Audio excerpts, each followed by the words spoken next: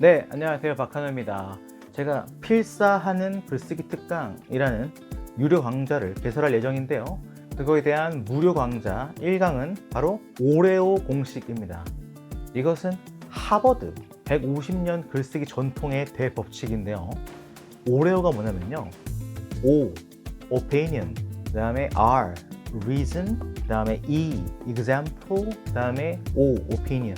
네, 먼저 오늘 강의에 앞서 글쓰기의 중요성을 잠깐만 더 강조해 보도록 하겠습니다. 이번에 에드님이 운영하는 채널에서 과거에 나왔던 영상인데요. 댄코라는 사업가는 설득하는 글쓰기로만 단숨에 한화 52억 원을 벌어들이게 됐습니다. 그 정도로 글로 사람의 마음을 움직이면 돈을 거대한 규모로 벌 수 있다는 거. 이거는 수도 없이 사례가 많죠. 또 최고의 사업가 빌 게이츠도 다독가이지만 또 글을 많이 쓰는 다작가로도 유명하죠. 또 제프 베조스는 쓰지 않으면 생각할 수 없다. 즉 다상량, 생각을 하기 위해서 글쓰기는 정말 필수 아이템이다라는 거죠. 저도 그래서 블로그랑 페이스북과 유튜브 커뮤니티에 항상 글을 남기고 있습니다. 오레오 공식이 뭐냐면요. O, opinion, 의견에 걸맞는 R, reason, 근거를 대고 그렇죠. 그 다음에 E, example, 이거에 걸맞는 예시를 들고 그 다음에 다시 수미상관으로 O, opinion을 강조하면 뭔가 심리적 공명이 일어나면서 글이 아주 좋아진다는 거죠. 글의 퀄리티가 높아진다는 거죠. 네, 이거는 하버드가 정말 150년 동안 유구한 역사를 자랑하면서 비결을 만든 대법칙이라고 합니다. 근데 너무 뻔한 거 아니야? 라고 할 것 같아요. 너무 뻔한 거 아니야? 근데 저는 지금 책을 하나 저술하고 있는데 책 쓰고 있거든요. 책 쓰고 있을 때도 항상 오레오 단락을 쓰든 정말 책 전체를 구성하든 아니면은 정말 하나의 챕터를 구성하는 간에 늘 오레오로 구성합니다. 나는 어떤 걸 주장하고 있고 그거에 근거를 대고 있으면서 실사례를 들고 다시 의견을 강조하고 있는가, 이것을 질문을 던지는 거죠. 네, 그러면 오레오 법칙의 한 사례를 한번 들어볼게요. 제가 유튜브 영상에 올린 것, 그걸 한번 예시로 들어보겠습니다. 저는 프리드리히 니체의 도덕의 계보, 그다음에 알프레드 아들러의 개인 심리학의 열등감 컴플렉스, 이 개념을 적용해서 뭐라고 주장했나요? 열등감이 강할수록 위계 질서에 기생한다 라는 굉장히 강렬한 문구로 제 주장을 말했습니다. 그 다음에 그거에 대한 뒷받침 근거는 뭔가요? 네, 아들러가 말하길 모든 인간은 다 열등감을 갖고 있다고 하죠. 다 열등감이 있어요. 근데 그거를 자기의 능력 개발, 신체 능력 개발, 정신 능력 개발, 독서, 테니스, 수영 또는 업무에서 마케팅 책을 30권 읽어서 매출을 1.5배 증진시킨다, 이런 식으로 자기 개발로 자존감을 쌓아야 긍정적으로 열등감을 승화시키는 건데, 그렇죠? 근데 그렇지 않고 계속 능력 개발은 안 하고 계속 관계, 즉 너는 나보다 아랫사람이야, 너는 나보다 나이가 어리고 직급이 어리니까 나한테 걸맞는 대우를 해, 예의를 갖춰 라고 계속 너는 아래고 난 위야, 이런 식의 위계 질서라는 타인과의 관계로 열등감을 해소하고 있다는 것, 이렇게 아들러의 개인 심리학을 들먹일 수 있죠. 근거로서. 게다가 프리드리히 니체가 뭐라 그랬어요?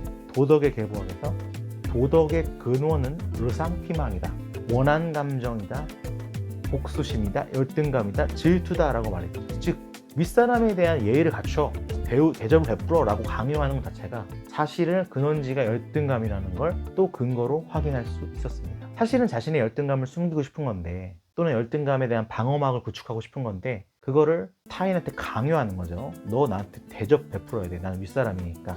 그게 이 사회의 공경이고 예절이고 규범이야 라고 말하면서 자신의 열등감에 대한 방어 기제를 내뿜고 있는 거죠. 물론 건전한 방식으로 질서가 자발적으로 연소자가 연장자한테 베푸는 방식으로 구축이 되면 너무 아름답죠. 근데 연장자가 자신이 원하는 대접을 강요할 때 이거는 분명히 저는 위계 질서에 기생하는 기생충의 말로다 라고 공격적으로 주장할 수 있었어요. 그래서 다시 이렇게 해서 오피니언과 리즌을 말했어요. 그럼 example 뭐가 있을까요? 당연히 똥군기 사례들이 넘쳐나죠, 이 나라에. 그렇죠. 개그맨 똥궁이, 감자골 사태, 선임이 후임 후들겨 패는 것, 직장 상사의 갑질, 그렇죠.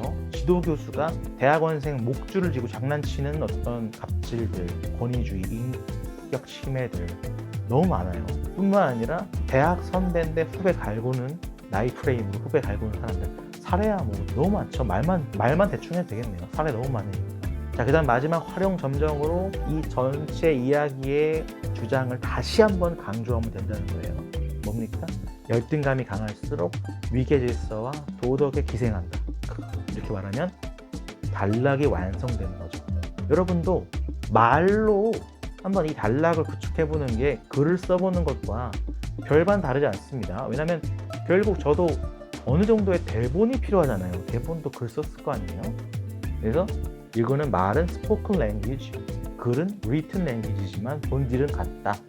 결국은 오레오 법칙이 성립한다. 의견 말하고 근거 대고, 의견에 대한 근거 주장을 대고, 그 다음에 예시를 들고 다시 주장을 수미상관으로 땅 찍으면 뭔가 심리적 공명, psychological resonance, 오 좋은 글 같은데? 라는 게 된다는 거죠. 이것은 어디서 출처가 어디다? 하버드 150년 전통 글쓰기 비법. 네, 오늘 영상은 여기까지고요. 오늘이 1강이고 제가 한 75,000원 정도의 필사하는 글쓰기 특강에서 글쓰기 비법을 기반으로 제가 좋아하는 비문학 또는 문학 문구들 한 단락만 이렇게 필사해보는 거예요. 직접 카피 앤 페이스트로 복사해서 써보고, 그 다음에 다시 그것과 연관되는 나의 글을 다시 써보고 오레오 법칙이랑 각종 글쓰기 법칙을 적용해보는 그런 강좌를 오픈할 예정입니다. 가격은 90,000원인데 몇 개월 정도 몇 개월 기간 동안 정도는 할인해서 75,000원에 판매할 예정이에요. 많은 사랑 부탁드립니다. 감사합니다. 또 봬요.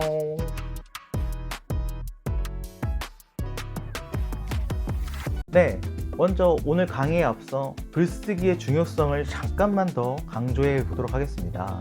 이번에 에드님이 운영하는 채널에서 과거에 나왔던 영상인데요. 댄코라는 사업가는 설득하는 글쓰기로만 단숨에 한화 52억 원을 벌어들이게 됐습니다. 그 정도로 글로 사람의 마음을 움직이면 돈을 거대한 규모로 벌 수 있다는 거. 이거는 수도 없이 사례가 많죠. 또 최고의 사업가 빌 게이츠도 다독가이지만 또 글을 많이 쓰는 다작가로도 유명하죠. 또 제프 베조스는 쓰지 않으면 생각할 수 없다.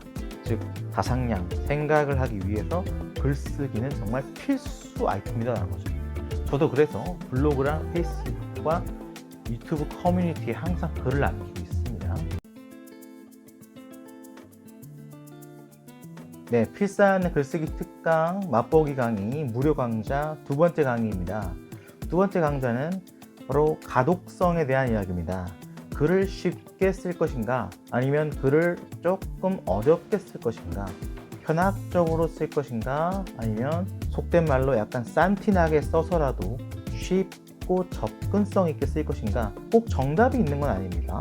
많은 사람들은 글을 문장을 짧게 쓰고 반드시 쉽게 써라고 했는데, 실제로 찰스 다윈의 종의 기원 같은 경우 콤마를 계속 쓰면서 문장을 굉장히 길게 썼다고 해요. 그 다음에 문학적인 글을 쓸 때는 조금 더 한자어 위주의 함축된 언어로 어렵더라도 문장을 간소화해서 함축적이고 간접적인 메시지를 전달해야겠죠. 그러려면 어려운 문장도 쓸 줄 알아야 됩니다. 하지만 우리가 그거 두 개를 구분해보고 우리의 선호도에 맞는 가독성의 정도가 있어요. 쉽다 어렵다 이분법으로 설명할 수 없는 뭔가 게이지, 점수가 있죠. 저는 가독성을, 글의 가독성을 수도꼭지를 틀어서 물이 줄줄 새어나오는 것에 비유하곤 합니다. 쉽게 말하면 가독성을 낮춰서 글을 어렵게 쓰는 건요, 수도꼭지를 확 잠가버리는 거예요. 그럼 물이 안 나오죠. 그러면은 세수하려는 사람의 피부에 물이 닿지 않아요. 즉 너무 어려우면 글이 아예 읽히지가 않는 거죠. 그러면은 만약에 고객이 내 글을 읽으려고 해도 뭔 말이야 너무 어려워 해서 안 읽게 되고, 또는 작가가 글을 썼는데 독자가 너무 어렵게 느껴지면 안 읽게 되고, 수도꼭지를 너무 잠궈버린 거죠. 네. 그 다음에 수도꼭지를 쫙 틀어버리면 물이 찰찰찰찰 나오죠. 그러면은 독자와 관객에게 그 물이 묻게 됩니다. 세수할 수 있게 됩니다. 대안할 수 있게 되는 거죠. 그런데 또 이런 거 있잖아요. 내 글이 너무 쉬워 보이고 너무 더 프레임, 너무 산티나, 좀 속된 말로 산티나게 글을 써서 너무 많은 사람들이 다 이해하기 쉬운 그런 글로 여겨지고 싶지 않아. 나는 문학적이고 조금 철학적이고 심도 있는 글로 어떤 향유의 멋을 자아내고 싶어 하면은 수도꼭지를 조금 잠가도 되는 거예요. 그렇죠? 그럼 오늘은 그래서 제가 예시를 좀 갖고 와봤어요. 글을 길게 쓰는 게 답인지, 문장을 짧게 쓰는 게 좋은지, 그 다음에 어려운 게 좋은지, 쉬운 게 좋은지. 물론 여러분의 목적에 따라 다릅니다. 여러분이 상품을 판매하는 목적이면 쉽고 문장의 길이를 짧게 하는 게 좋겠죠. 한번 가봅시다. 예시를 들어볼게요. 귀족에 예속된 노예들의 명징한 원한 감정은 응축된 와신 상담의 발로로서 신분제도에 대한 타도 정신으로 드러났다. 자, 문장이 두 개로 쪼개져 있지 않고 하나로 연결되어 있으면서 충분히 길죠. 그런데 이 정도면은 어렵지 않을 수도 있어요. 나름대로 글이 향유의 멋을 자아낼 수 있어요. 하지만 이렇게 바꿔보겠습니다. 귀족에게 예속된 노예들은 이따금씩 원한을 품곤 한다. 그리고 그들의 복수심이 응축되어 신분제도를 타도하려는 혁명으로 드러났다.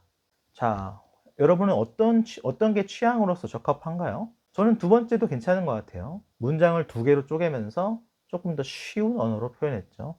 첫 번째 문장 꼭 다시 한번 백스페이스 돌려서 한번 보세요. 자, 두 번째 예시 한번 들어보겠습니다. 두 번째 예시. 즉흥적 충동의 에너지는 안무를 기획하는 데에 있어 가장 근원적인 토대이자 건물을 지탱하는 기둥이자 나무를 지탱하는 근본 뿌리이다. 네, 벌써 뭐뭐이자 하면서 뭔가 세 개로 쪼개도 될 것을 한 문장으로 이어갔죠. 자, 그리고 이 문장은 별로 좋은 문장이 아닙니다. 제가 볼 때. 자, 이 글을 한번 고쳐볼게요. 이 글을 충분히 문장을 쪼개고 쉽게 한번 바꿔봅시다. 안무를 짜는 데 있어서 즉흥적인 충동은 기초적인 토대이다. 끊고 그것은 마치 건물을 지탱하는 기둥이요 나무를 지탱하는 뿌리이니라. 이게 훨씬 낫죠. 확실히 문장을 짧게 쪼개고 쉽게 바꿔 쓰는 것, 이런 것까지 한번 해볼 수 있습니다. 여러분, 오늘 두 문장 정도 예시 들어봤는데요. 여러분, 앞으로 제가 필사하는 글쓰기 특강에서 너무 많은 단락들을 이렇게 가독성 체인지, 가독성 수도꼭지를 트냐 잠그냐, 요거 게임을 한번 연습해 볼 거예요. 많은 사랑 부탁드립니다. 감사합니다.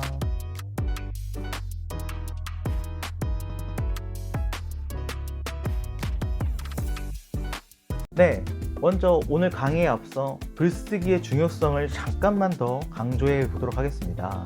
이번에 에드님이 운영하는 채널에서 과거에 나왔던 영상인데요. 벤코라는 사업가는 설득하는 글쓰기로만 단숨에 한화 52억 원을 벌어들이게 됐습니다. 그 정도로 글로 사람의 마음을 움직이면 돈을 거대한 규모로 벌 수 있다는 거. 이거는 수도 없이 사례가 많죠. 또 최고의 사업가 빌 게이츠도 다독가이지만 또 글을 많이 쓰는 다작가로도 유명하죠. 또 제프 베조스는 쓰지 않으면 생각할 수 없다.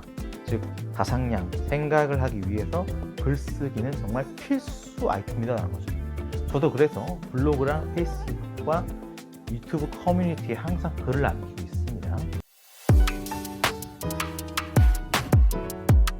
이번에는 글쓰기에서 또 하나의 핵심, 제목을 어떻게 짓는가, 독자와 고객의 이목을 확 끄는 제목 짓는 방법에서 핵심 두 가지입니다. 바로 의외성과 구체성. 자, 의외성은 뭐냐면요, 너무 뻔한 제목이면 아무도 안 본다는 거예요. 보게 하려면 오히려 뭐야 이거? 의외성을 줘야 돼요. 세스 고딘이 마케팅의 최고 대가, 세스 고딘이 한 말이 있죠. 보랏빛 소가 되어라, 리마커블해져라. 소는 다 황색이고 갈색인데, 아니 소의 색깔이 보라색이라고? 독특한데? 눈에 띄게 하는 거예요. 독특해서.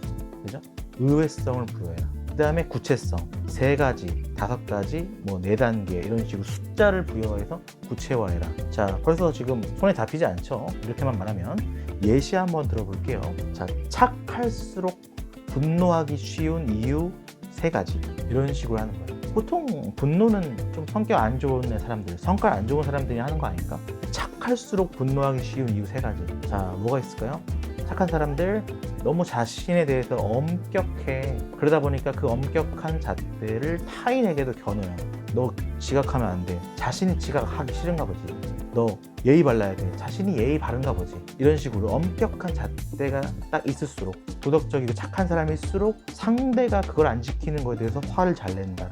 또 뭐가 있을까요? 착한 사람이 분노하기 쉬운 이유 3가지. 착한 사람은 자신이 타인한테 배려를 많이 하기 때문에 그거에 대한 보답을 기대하기도 합니다.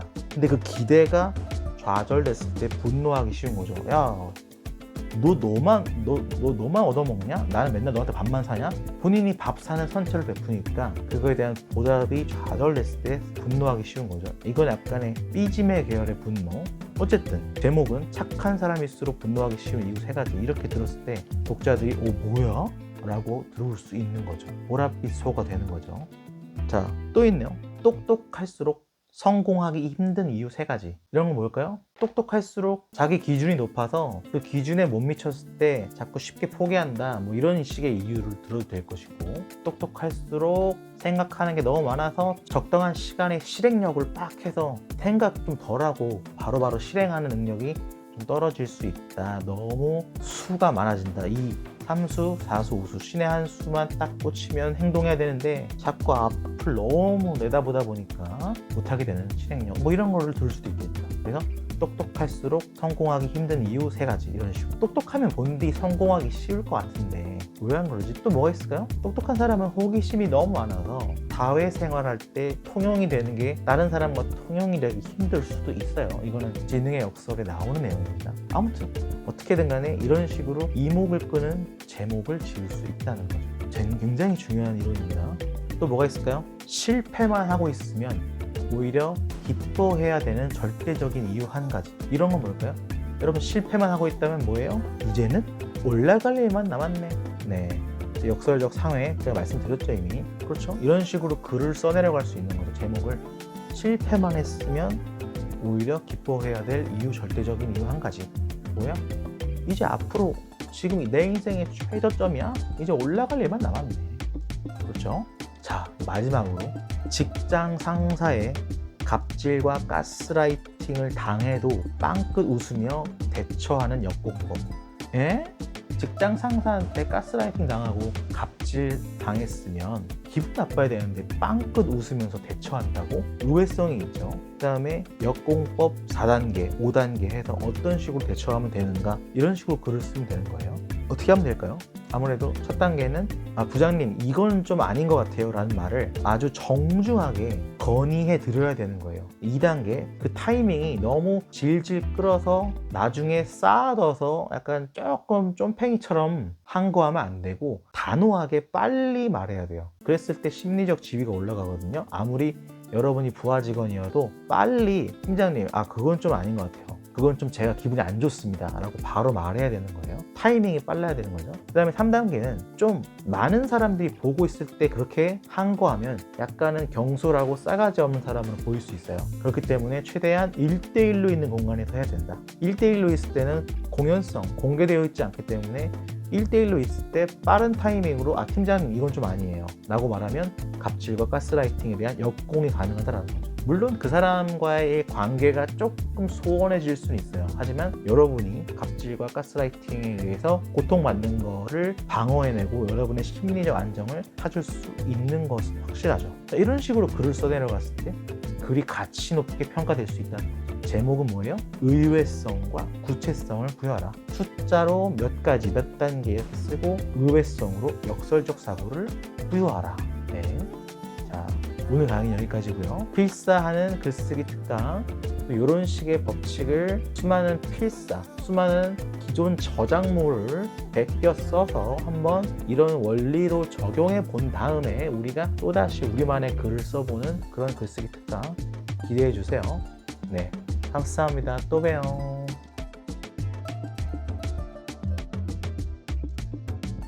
네, 먼저 오늘 강의에 앞서 글쓰기의 중요성을 잠깐만 더 강조해 보도록 하겠습니다.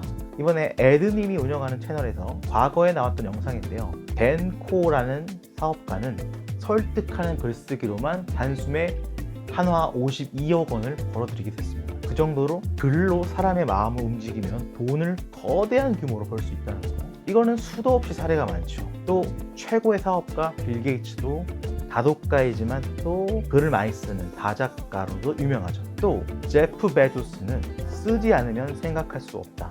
즉 다상량, 생각을 하기 위해서 글쓰기는 정말 필수 아이템이라는 거죠. 저도 그래서 블로그랑 페이스북과 유튜브 커뮤니티에 항상 글을 남기고 있습니다. 네, 초고는 쓰레기다. 네, 어니스트 해밍웨이의 명언이죠. 자, 소설을 쓰는 사람도 초고는 그냥 아무렇게나 즉흥적으로 쓴다고 합니다. 왜냐하면 우리는 고객에게 또는 관객에게 또는 독자에게 나의 글과 나의 상품을 공개할 때까지 수정을 수십 번을 할 기회가 있잖아요. 자유가 있잖아요. 그 기회를 만끽하고 누려야겠죠. 그래서 이게 글을 공개한다는 것, 내 상품을 퍼블릭에 공개한다는 건 부끄러움을 무릅쓰고 노출시키는 거잖아요. 만인에게, 정말 많은 사람에게 노출시키는 거잖아요. 그렇기 때문에 수십 번도 넘게 반성적 사고로 이거 혹시 너무 경솔하게 비치지 않을까? 잘난 척하는 글로 비치지 않을까? 또는 독자에게 거부감을 줄 수 있지 않을까라는 거를 계속 퇴고해내야겠죠. 고쳐내야겠죠.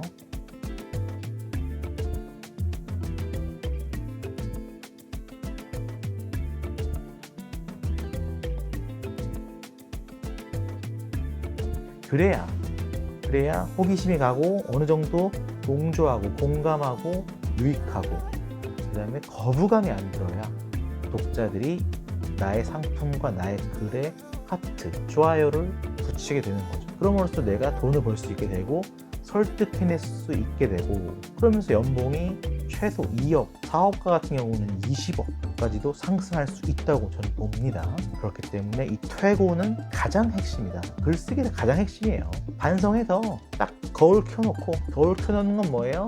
내가 나 자신을 보는 거죠. 내가 내 글을 보는 거죠. 독자의 입장에서 read my writing as a customer mind. 고객의 입장에서 내 글을 다시 보는 퇴고는 반성적 사고 핵심이라는 거죠. 글 쓰는 데 있어서 또 하나의 비밀이 있습니다. 뭐냐면요, 상당히 많은 글들이 뉴스도 그렇고 일부러 부정적으로 위협을 느끼게 하는 그런 제목을 짓습니다. 이렇게 하면 사업체 망하는 이유, 이렇게 합니다. 그래서 보는 사람 입장에서 위협이 느껴지니까 자아가 좀 내려가죠. 자아가 위협받죠. 그런데 글을 읽어버리면 글 안에서 내부 내용은 망하지 않게 하는 해결책을 제시해 줄 거 아니에요. 제목만 이렇게 하면 망한다 라고 자아를 위협했지만 글 내용은 마지막에 이렇게 보완하면 돼 라는 해결책을 줄 거 아닙니까? 그렇게 해서 독자로 하여금 제목은 자아의 위협을 주고 콘텐츠에서 다시 자아를 회복시키는 것, 이게 글쓰기의 또 하나의 핵심이라고 합니다. 그렇죠? 제가 말했던 자아 보존의 법칙이랑 연관되죠.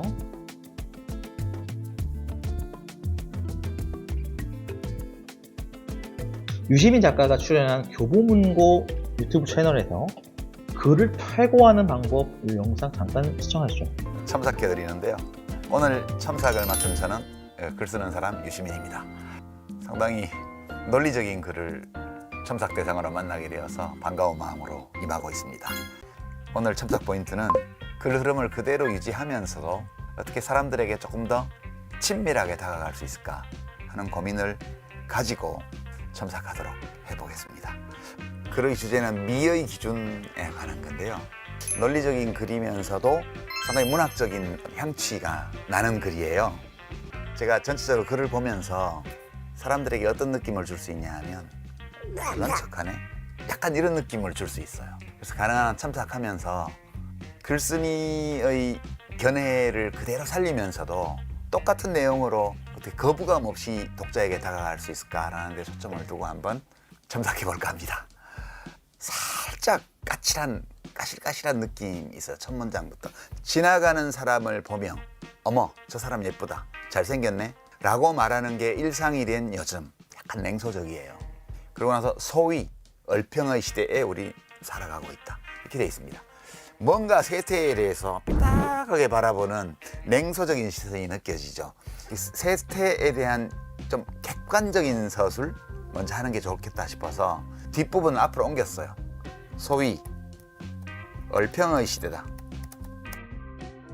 첫 문장을 이렇게 강력하게 던지는 게 좋습니다. 던져놓고 왜 내가 지금이 얼평의 시대라고 생각하는지를 그 다음 문장에 쓰는 거예요. 정형화된 아름다움을 위해 사람들은 의도적으로 얼굴을 바꾸고 몸을 치장하며 외모를 가꾼다 이렇게 되어 있는데요. 비하하는 의미, 뉘앙스가 느껴져요. 정형화된 아름다움이라고 처음부터 딱 부정적으로 못을 박아놓고 그 의도적으로 얼굴을 바꾼다. 당연히 얼굴을 바꾸면 의도가 있지 의도 없이 얼굴을 바꿀 수는 없잖아요. 이게 중복이죠. 외모를 바꾸고 몸을 치장하는 것도 약간 비하한 듯한 뉘앙스가 느껴져요. 이렇게 되면 사람들이 뒤를 안 읽게 돼요. 왜냐하면 뒤가 예측이 가능하거든요. 그래서 이거는 좀 중립적인 표현으로 바꿀 필요가 있다고 저는 판단을 했습니다. 사람들은 아름다워지려고 얼굴을 바꾸고 몸을, 여기까지가 객관적인 서술이에요. 아름다워지려고 얼굴 바꾸고 몸 치장하는 거예요. 사람들이 그렇게 하고 있어요. 이거에 대해서 내가 글 쓰니까 난 이게 좋아, 나는 싫어라는 느낌이 되도록 안 드러나게 문장을 써줘야 돼요. 물론 자기만족이라는 목적 달성을 위한 것일 수도 있지만 여기 물론이 들어간 이유가 뭘까요? 이게 뭔가 어떤 가치평가를 글쓴이가 이미 느끼고 있는 거예요. 자기가. 이거에 대해서 사람들이 부정적으로 느끼지 않을까라는 우려가 살짝 있어서 한 발 물러서면서 물론이라는 단어를 쓴 거예요. 이거 불필요하거든요. 앞에를 고치고 나면 사람들을 나한테로 끌어당기려면 글을 통해서 내가 글을 썼을 때 사람들이 내 글을 읽게 하려면 그 글 읽는 사람이 어떤 사람인지 모르잖아요. 막 성형을 하고 명품 옷을 입고 이걸 중요시하는 사람이면 처음부터 기분이 나빠요. 그러면 내 글을 끝까지 읽지 않을 거예요. 내가 지금 대화하려는 게 목적이지 누구를 평가하려는 게 목적이 아니잖아요. 블로그에 글을 올리고 인스타에 글을 올리고 이러는 거는 사람들 보고 이거 한번 읽어봐 라고 권하는 건데 처음부터 난 싫어 라는 반응이 나오게 이렇게 글을 쓰면 조금 손해예요. 글을 최고한다는 건 글을 쓴 사람의 자아와 글을 읽는 독자의 자아를 매칭시키는 과정입니다. 내가 주장하고 싶은 방향에 너무 함몰돼 있으면 독자가 거부감을 느낄 수도 있잖아요. 그래서 독자가 거부감 안 느끼게 친밀감을 들 수 있도록 최고하는 거. 전 여기서 유저 인터페이스와 스토리텔링이 느껴졌어요. 여러분도 느껴지십니까? 영상 유익하셨다고 생각되신다면 구독과 좋아요 부탁드리겠습니다. 감사합니다.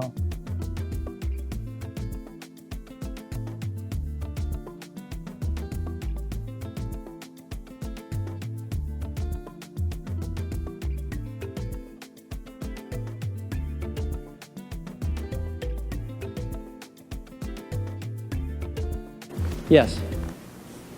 Mr. Jobs, you're a bright and influential man. Here it comes. It's sad and clear that on several counts you've discussed, you don't know what you're talking about.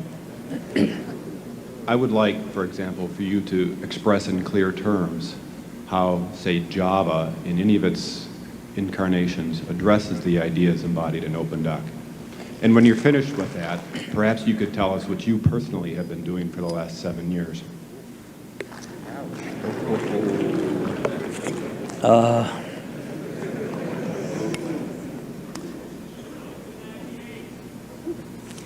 You know, you can please some of the people some of the time, but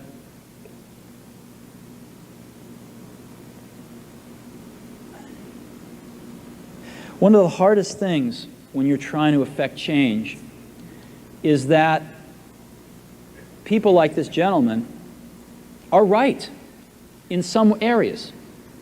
I'm sure that there are some things OpenDoc does, probably even more that I'm not familiar with, that nothing else out there does. And I'm sure that you can make some demos, maybe a small commercial app that demonstrates those things. The hardest thing is, how does that fit in to a cohesive, larger vision that's going to allow you to sell $8 billion, $10 billion of product a year? And one of the things I've always found is that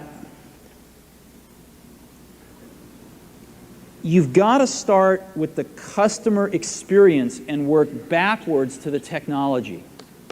You can't start with the technology and try to figure out where you're going to try to sell it. And I've made this mistake probably more than anybody else in this room. And I've got the scar tissue to prove it. And I know that it's the case. And as we have tried to come up with a strategy and a vision for Apple, it started with what incredible benefits can we give to the customer? Where can we take the customer? Not starting with, let's sit down with the engineers and figure out what awesome technology we have, and then how are we going to market that? And I think that's the right path to take. I remember with the LaserWriter, that's where Apple's got to get back to. And you know, I'm sorry that OpenDoc's a casualty along the way, and I readily admit there are many things in life that I don't have the faintest idea what I'm talking about. So I apologize for that too. But there's a whole lot of people working super, super hard right now at Apple. You know, Avi, John, Garino, Fred. I mean, the whole team is working, burning the midnight oil, trying to, and people, you know, hundreds of people below them, to execute on some of these things, and they're doing their best. And I think that what we need to do, and some mistakes will be made, by the way. Some mistakes will be made along the way. That's good, because at least some decisions are being made along the way. And we'll find the mistakes, we'll fix them. 네, 스티브 잡스 영상 보셨다시피 스티브 잡스는 모욕적인 질문을 해도 자신의 인사이트를 통해서 오히려 박수갈채를 얻어냈어요. 네, 영상 내용 요약하면 어떤가요? 본인이 고생 많이 했다. 나 진짜 고생 많이 했다. 내가 기술에서 출발해서 고객을 만나려고 할 때마다 다 실패했었다. 이 기술 너무 좋아. 이 셋톱박스, 이 구두, 이 신발, 이 제품, 내가 쓴 책, 내가 만든 유튜브 영상 너무 좋은 거야. 무조건 잘 될 거야 라고 자신의 자아에서 출발해서 고객을 만나려고 하면 다 망한다는 거죠. 다 망하는 건 아닌데, 그렇게 시작했을 때 실패할 확률이 엄청 높았다라는 거예요. 저는 이 대목이 물론 스타트업이나 사업에 해당하는 내용이지만 저는 굉장히 중요하다고 봅니다. 모든 예술가와 사업가, 작가, 방송 PD 뿐만 아니라 모든 직업에서, 사실 모든 직업은 고객을 설득하는 거잖아요. 심지어 고객이 B2B이든 B2C이든, 그래서 대중이 커스터머이든 아니면 다른 사업체가 나의 고객이든 간에 그 사람의 마음을 얻는 게 중요하기 때문에 이런 거예요. 내 제품 광고할 때도 우리 제품 짱이야, 성능 엄청 좋아, 구매하세요 라고 광고하면 삽니까? 그렇게 하면 안 된다는 거예요. 오히려 스토리텔링이 좀 자세를 낮춘 채로 스토리텔링을 해야 된다. 내가 옛날에 이런 제품 고안했을 때 잘 안 팔렸는데 그거는 이런 시련과 고난이 있었고 내가 부족했던 거 이런 포인트예요. 이걸 극복한 제품을 개발했습니다. 성능은 이렇습니다. 이렇게 본인이 왜 이런 요소를 가미했는지 스토리 전개가 돼야 돼요. Today, Apple is going to reinvent the phone. And here it is.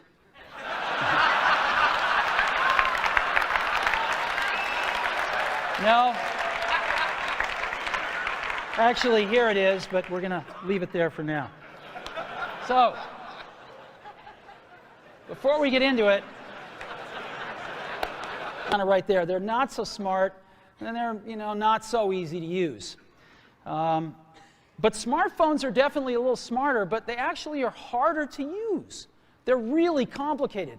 Just for the basic stuff, people have a hard time figuring out how to use them. Well, we don't want to do either one of these things. What we want to do is make a leapfrog product that is way smarter than any mobile device has ever been and super easy to use. This is what iPhone is. Okay? So, we're going to reinvent the phone. Why do we need a revolutionary user interface? I mean, here's 4 smartphones, right? Motorola Q, the BlackBerry, Palm Treo, Nokia E62, the usual suspects. And what's wrong with their user interfaces? Well, the problem with them is really sort of in the bottom 40 there. It's this stuff right here. They all have these keyboards that are there whether you need them or not to be there. How do you solve this? It turns out we have solved it.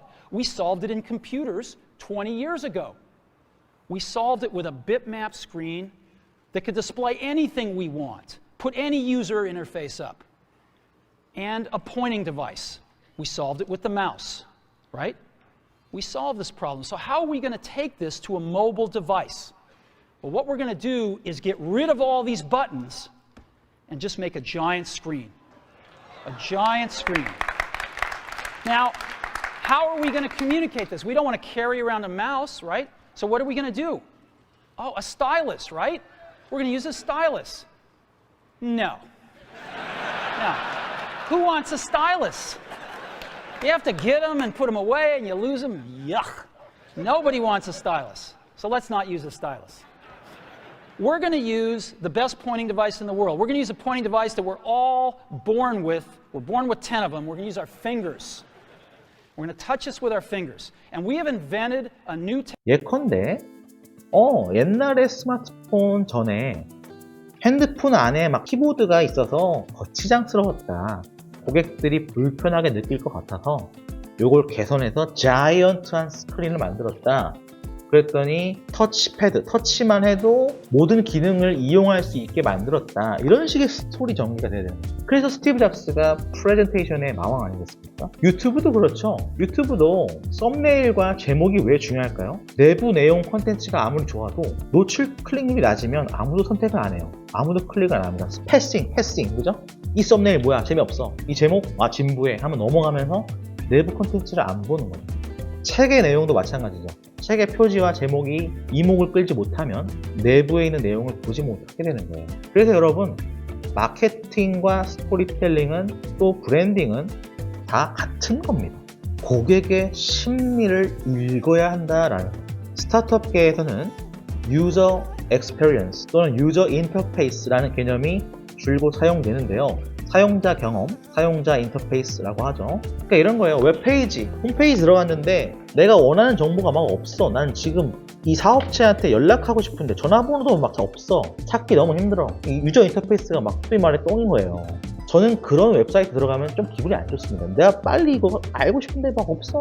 반면에 유저 인터페이스가 엄청 좋은 웹사이트는 딱 내가 원하는 정보가 바로 적혀 있어요. 그리고 내려가다 보면 바로 다음으로 궁금하게 될 정보를 누르게 탭이 딱 돼 있어요. 그 탭을 누르면 또 내가 궁금한 게 해소되고, 그 다음에 요거 궁금하지 않아요? 바로 오른쪽에 요 탭이 있고, 막 이렇게 내 마음을 읽어주는 것 같아요. 웹페이지가. 홈페이지가 나의 마음을 막 읽어줘요. 이런 게 유저 인터페이스. 제 생각에 유튜브도 중요하고, 책, 작가, 심지어 영화, 소설, 그죠? 심지어 고객의 상품을 마케팅해서 광고 집행하는 것까지도 전부 스토리텔링이다. 그렇죠? 또 유저 인터페이스라는 거죠.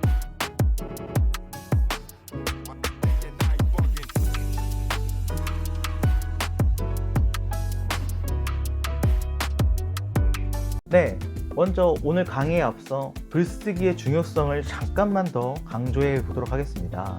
이번에 에드님이 운영하는 채널에서 과거에 나왔던 영상인데요. 벤코라는 사업가는 설득하는 글쓰기로만 단숨에 한화 52억 원을 벌어들이게 됐습니다. 그 정도로 글로 사람의 마음을 움직이면 돈을 거대한 규모로 벌 수 있다는 거. 이거는 수도 없이 사례가 많죠. 또 최고의 사업가 빌 게이츠도 다독가이지만 또 글을 많이 쓰는 다작가로도 유명하죠. 또 제프 베조스는 쓰지 않으면 생각할 수 없다.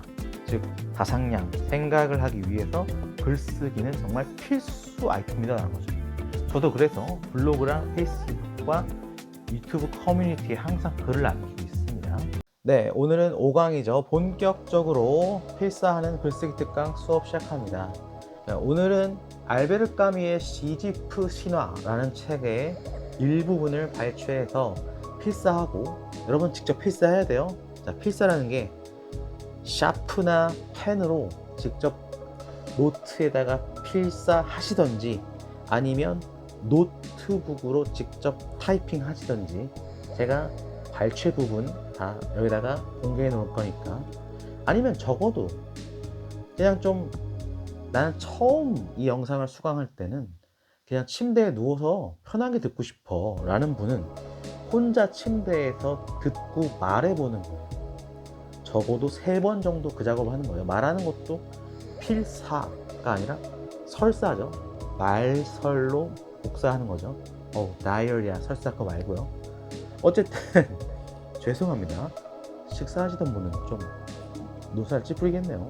저는 텍스트 문서에 이미 필사해 놨거든요. 그거 보여드리면서 직접 컴퓨터 파일로 어떻게 글을 쓰고 오레오 법칙이랑 제목 어떻게 짓는지 의외성과 구체성, 그 다음에 또 뭐예요? 퇴고 어떻게 하는지랑, 자 1강이 뭐였어요? 1강이 오레오 법칙, 의견 제시하고 근거 제시하고 사례 제시하고 다시 의견 강조하기.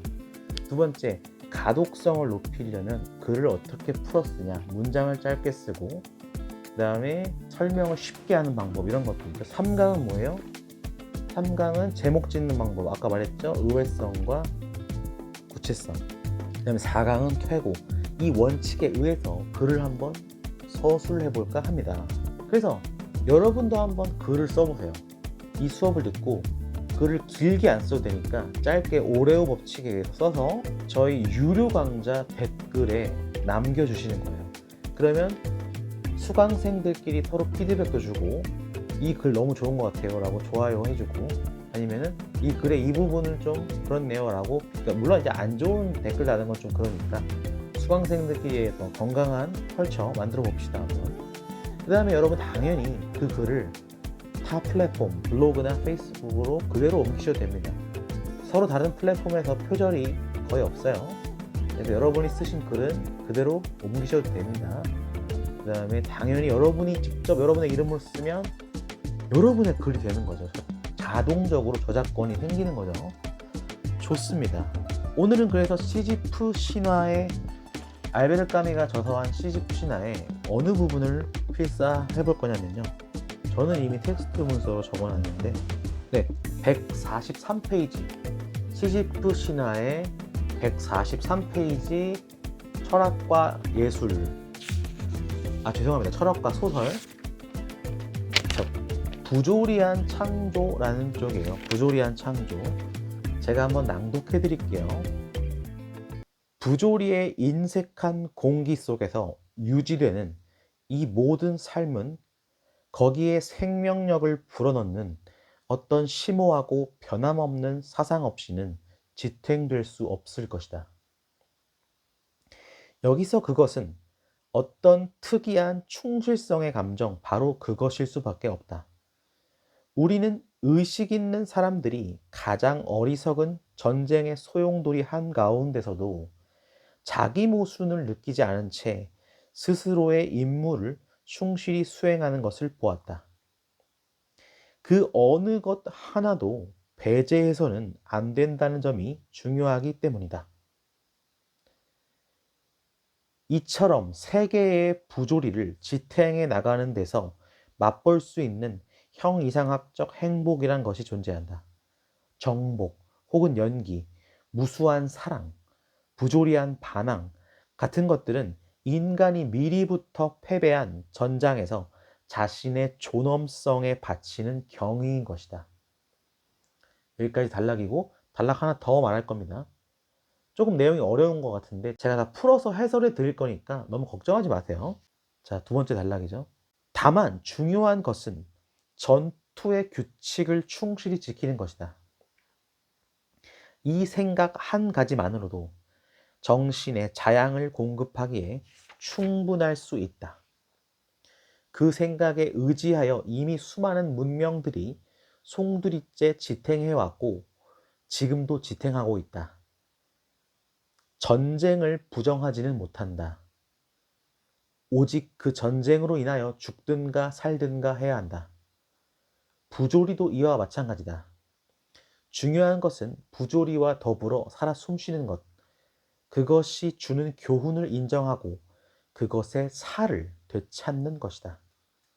이런 면에서 부조리한 즐거움의 전형은 바로 창조다. 예술, 오로지 예술. 우리는 예술을 가지고 있기에 진리로 인하여 죽지 않을 수 있다 라고 니체가 말했다. 네, 여기까지입니다. 제가 바로 이 두 단락을 보여드릴 거예요, 영상으로. 그때 뭐 길게는 안 해놓을 거니까 여러분이 정지 버튼 누르고 당연히 뭐 하셔야 돼요? 필사하셔야 돼요.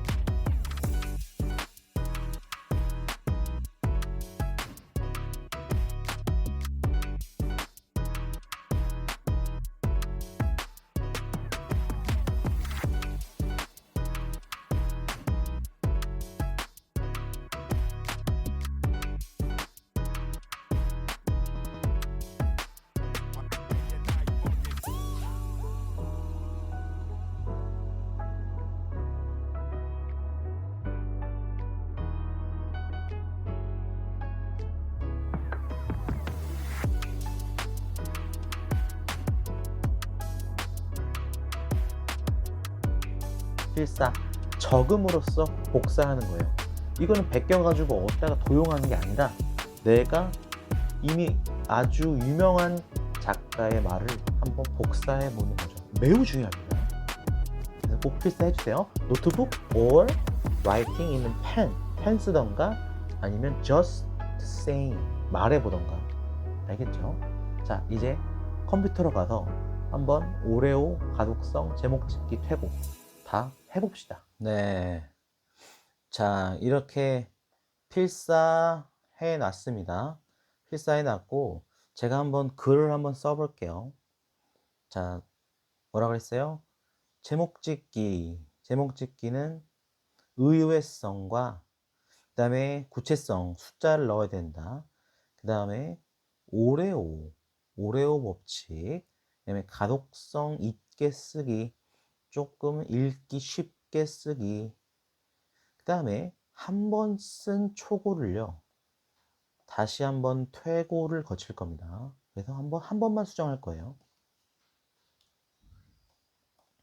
한 번만 수정할 겁니다. 자, 한번 글을 써보죠. 자, 다시 한번 읽어보면서 한번 글을 어떻게 쓸지 고민해 볼게요.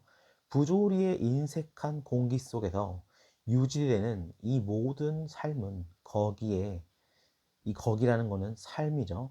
이 삶의 생명력을 불어넣는 어떤 심오하고 변함이 없는 사상 없이는 지탱될 수 없을 것이다.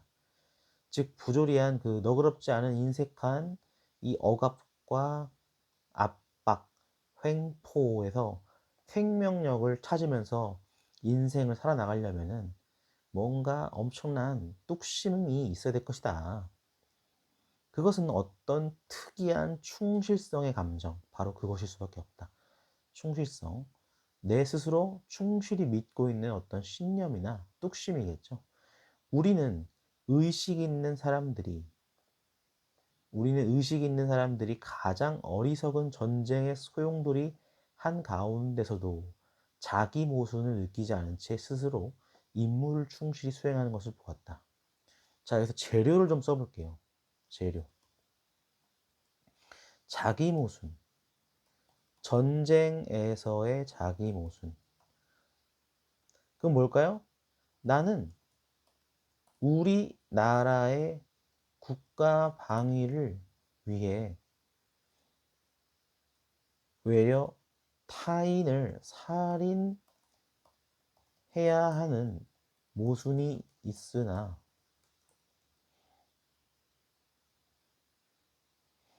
크게 개의하지 않고 적을 무찌르리라. 이런 감정이겠죠. 자, 근데 지금 쓴 이 글도 약간의 퇴고를 필요로 합니다. 자, 나는 우리나라의 국가 방위를 위해 외려 타인을 살인해야 하는 모순이 있으나, 여기 외려에다가 콤마를 좀 붙여야 될 것 같아요. 타인을 살인해야 되는 모순이 있으나 크게 개의하지 않고 적을 무찌르는 것이 오히려 나는 우리나라의 국가 방위를 위해 여기다가 문장도 두 개로 만들면 좋겠네요. 나는 우리나라의 국가 방위를 위해 살인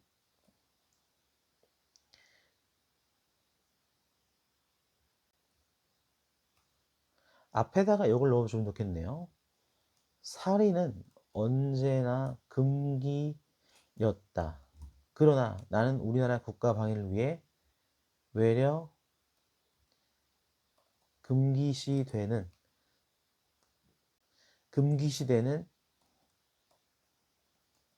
살인 앞에 한 점의 망설임도 없이 충실히 전쟁에 임해야 한다. 이 자기모순은 얼마든지 정당화될 수 있다. 마치 정당방위처럼 말이다. 나를 죽이려 드는 사람에 대해서는 어쩔 수 없는 선에서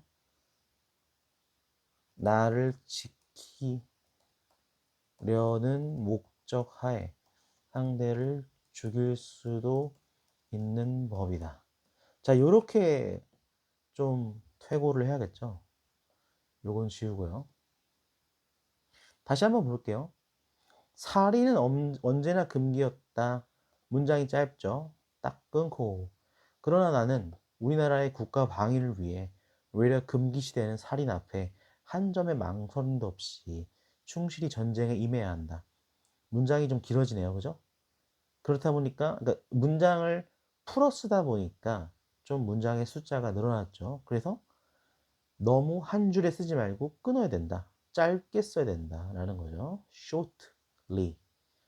이 자기 모순은 얼마든지 정당화될 수 있다. 또 끊어요. 짧게. 마치 정당방위처럼 말이다. 나를 죽이려 드는 사람에 대해서는 어쩔 수 없는 선에서 나를 지키려는 목적하에 상대를 죽일 수도 있는 법이다. 자, 글이 괜찮죠? 자, 이렇게 자기 모순에 대한 재료로서의 글을 집필해 봤습니다. 저술해 봤습니다. 자, 집필이 아니라 저술이죠. 다시 위에 읽어볼까요? 그래서 이렇게 의식이 있는 사람들이 가장 어리석은 전쟁의 소용돌이 한 가운데서도 자기 모순을 느끼지 않은 채 어떻게 사람을 죽이는 그 나쁜 행동을 어떻게 자기 모순을 하나도 안 느낀 채로 스스로의 임무에 충실히 행할 수 있는 것을 우리는 관찰했다. 전쟁 일으키면 우리나라 지키기 위해서 북한군 또는 타인 어떤 나라 뭐 외군 외세 침략 어떤 이방인 어떤 외국인이어도 전쟁이라는 조건 하에서는 얼마든지 자기 모순을 느끼지 않은 채 살인을 할 수 있었다는 거죠. 그 어느 것 하나도 배제해서는 안 된다는 점이 중요하기 때문입니다. 그래서 이 문장에서는 양가성이 드러나는 것 같아요. 무조건 죽이면 안 돼. 살인은 무조건 안 되는 거야가 아니라 어떤 조건에서는 살인이 허용된다는 그것마저도 배제하면 안 된다는 거. 이것도 한번 적어봐야겠네요. 재료 2.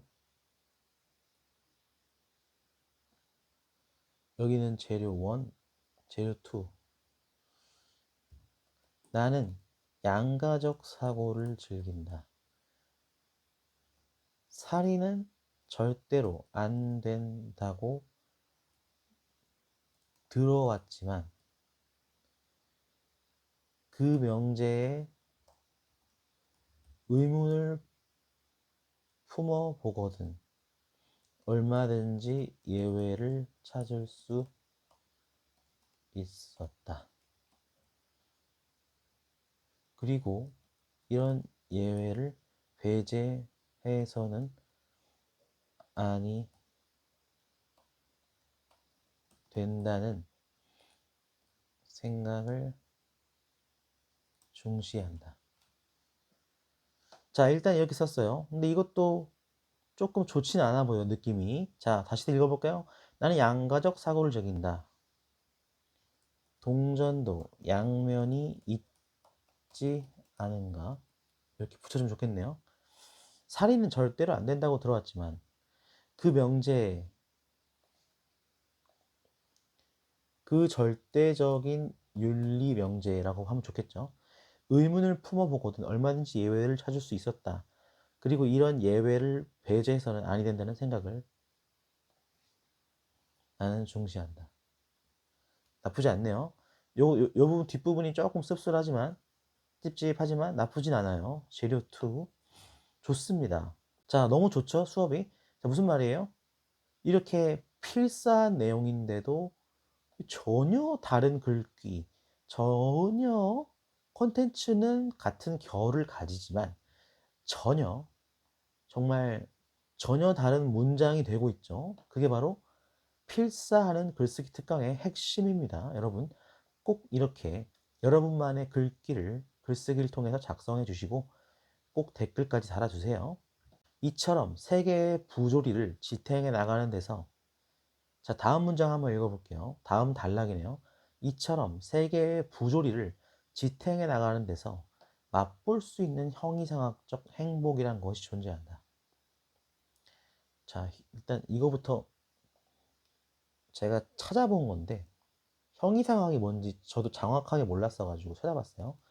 형이상학은 마르크스 유물사관과 대비되며 또 자연과학과 대비되는 또 초경험적 가치를 사유하는 작업이기에 경험적 대상을 위주로 연구하는 자연과학과도 대비되는 개념이다. 이렇게 적어두면 나쁘지 않네요. 이렇게 부연 설명, 간략히 첨가, 매우 굿. 나쁘지 않죠? 자, 이렇게 글의 재료를 좀 만들어 놓는 거예요. 필사를 통해서 나의 사고가 열리는 거죠, 정말. 자, 형이상학적 행복이 존재했대요. 이 부조리, 막 전쟁을 해도 이 상관이 없는 이 세계, 자기 정당방위, 국가방위라는 그 철학, 거기에서 이상한 형이상학적 행복이라는 게 존재하고 맛볼 수 있었고, 그것은 일제강점기 아니면은 서구 열강의 강점, 식민지, 정복이라는 거죠. 그 다음에 그 안에서도 뭔가 전우의 사랑, 아니면 막 부조리한 반항, 뭘까요? 뭐 수많은 식민지 사회에서 아주 부조리한 반항, 거의 테러리스트급으로. 자, 저것도 좋네요. 재료 4. 부조리한 반항. 잘못된 형태로 거행한 반항이 돼. 그것은 철저히 자신의 존엄을 지키고 국가의 안위를 지키는 일이었다. 자, 뭐가 있을까요? 부조리한 반항? 가령 예컨대 안중근 의사의 홍커우 의거를 보라. 그는 테러리스트인가 아니면 의거를 거행한 독립운동가인가? 관점에 따라 다를 것이다. 자, 좋죠? 안중근 의사의 홍콩 의거를 보라. 그는 테러리스트인가 아니면 의거를 거행한 독립운동가인가? 관점에 따라 다를 것이다. 부조리한 반항, 잘못된 형태로 거행된 반항이래. 분명히 잘못된 형태, 여기 예시를 또 넣어줘야겠죠. 잘못됐다는 것도 가치 판단이지만 가령 이토 히로부미를 사살한 것, 즉 엄연히 살인으로 간주되는 행위. 그렇죠? 이게 잘못됐다고 말할 수는 없어요. 그죠? 이게 부조리한 반항. 이토히로부미를 사살한 것. 그거로 거행한 반항이되 그것은 철저히 자신의 존엄을 지키고 국가의 안위를 지키는 일이었다. 라고 말할 수 있죠. 여기서 가치 평가의 양가성을 또 입력해 놓을 수 있겠네요. 매우 좋죠. 아무튼 또 보세요. 부조리한 반항 같은 것들은 인간이 미리부터 패배한 전장에서, 자 다시 보면은 정복 혹은 연기, 무수한 사랑, 부조리한 반항 같은 것들은 인간이 미리부터 패배한 전장에서 이미 패배했어요. 왜냐면은 살인을 저지르고 있잖아요. 내가 해면 안 되는 그 자기 모순. 하지만 난 충실히 국가 방위를 위해서 살인을 저지르겠어라는 그 미리부터 패배한 자기 자신의 도덕성에 패배한 무릎을 꿇은 전장에서 그나마 자신의 존엄성에 바치는 경의인 것이다. 글이 너무 좋죠. 여기서 가름할 수 있겠네요. 더 쓸 필요 없을 것 같습니다. 다만 중요한 것은 전투의 규칙을 충실히 지키는 것이다. 규칙을 지키는 것이다. 이 생각 한 가지만으로도 정신의 자양을 공급하기에 충분할 것이다. 자, 까미는 뭐라 그랬냐? 알베르 까미의 글귀를 보면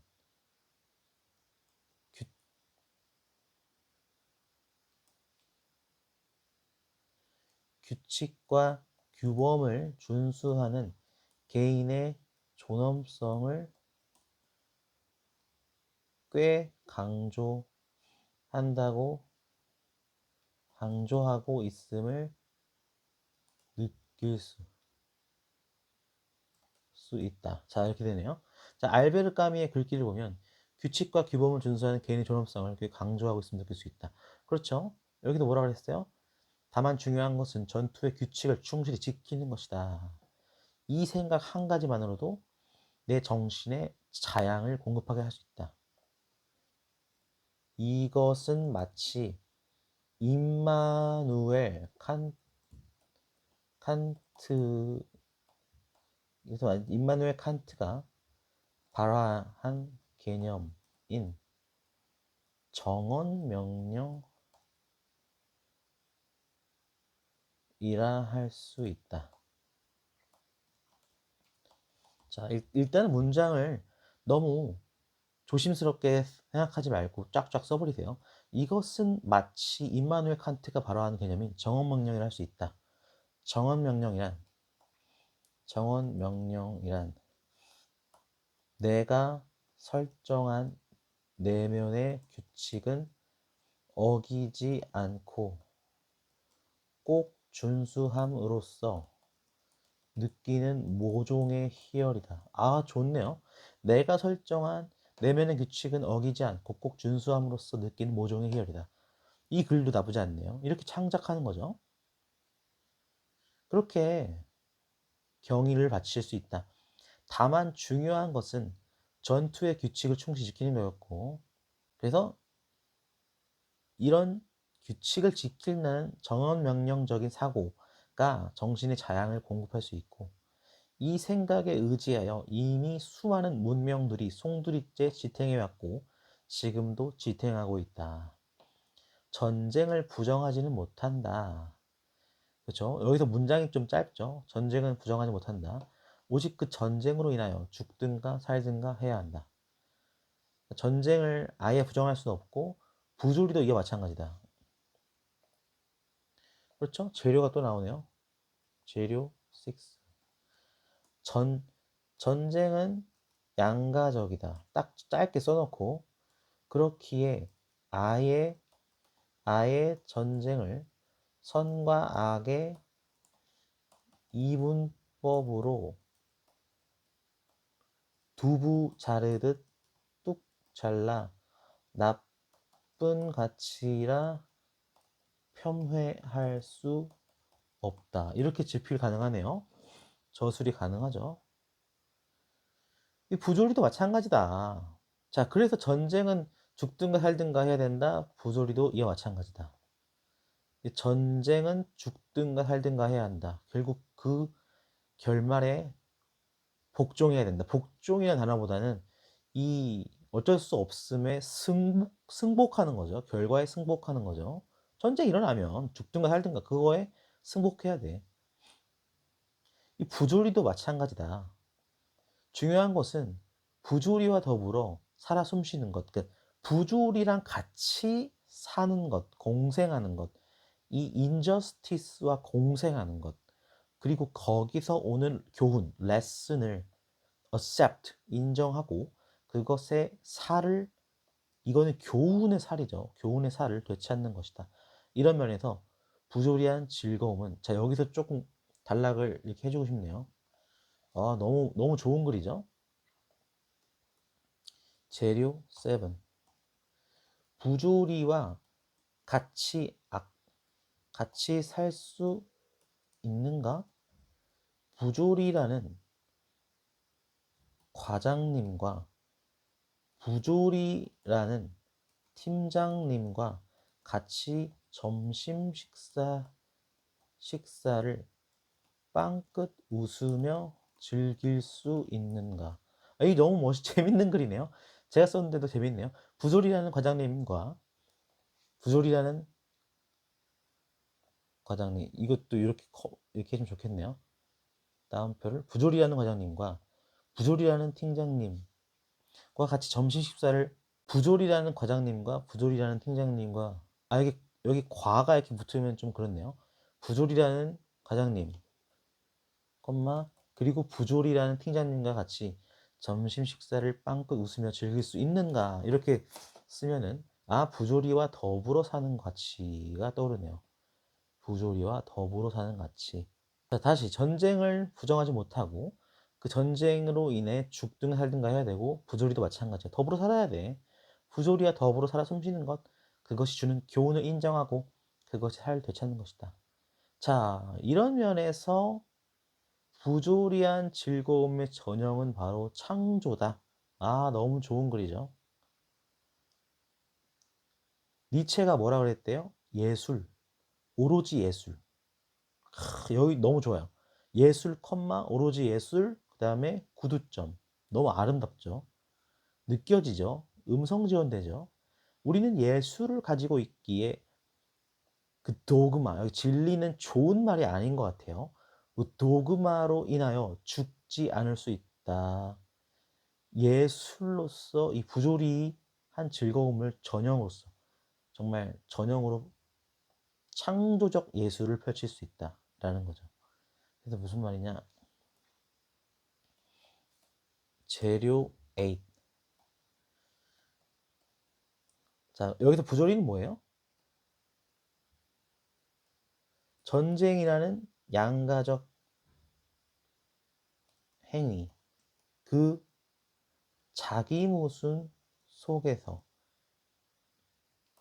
그죠? 이렇게 쓰고, 다시 말해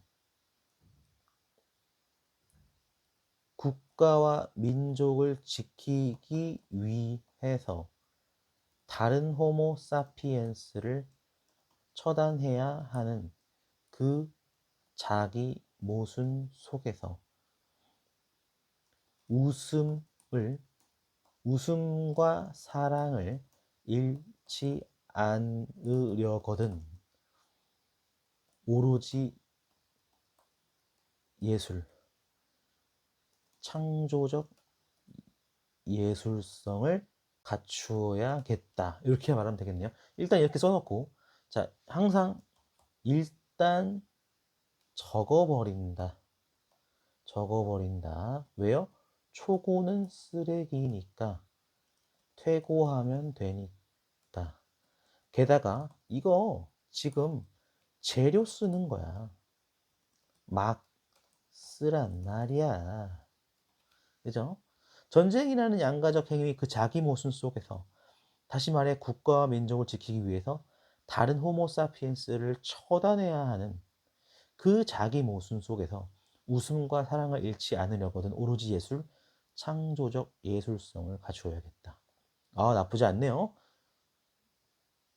좋습니다. 요런 재료를 바탕으로 한번 제목을 지어보겠습니다. 초고 제목 지어볼게요. 제목은 의외 의외성과 구체성이 있어야 한다. 기억나죠? 제목 영광스러운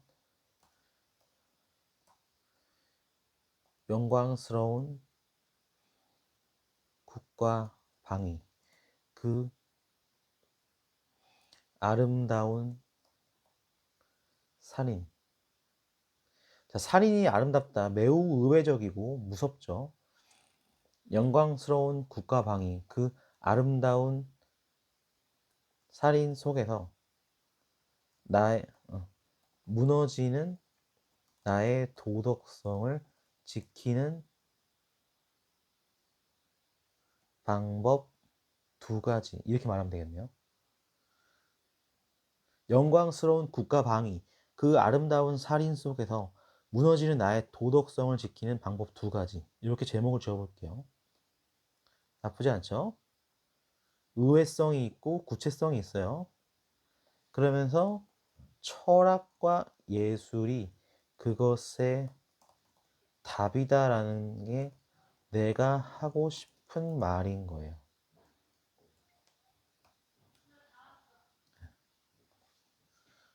아, 참고로 저는 맞춤법은 다소 무시합니다. 결국 맞춤법은 중요하지 않아요. 자, 글 한번 써볼게요. 본문입니다. 본문. 자, 이제 본문은 무슨 법칙을 써야 돼요? 오레오죠. 오레오 뭐예요? 의견 제시, 그 다음에 근거 제시, 그 다음에 사례 제시, 자, 그 다음에 의견 강조. 요게 하버드 글쓰기 비법이다 라는 겁니다. 가봅시다. 자, 여기서 본문입니다. 본문. 제목은 이거예요. 제목은.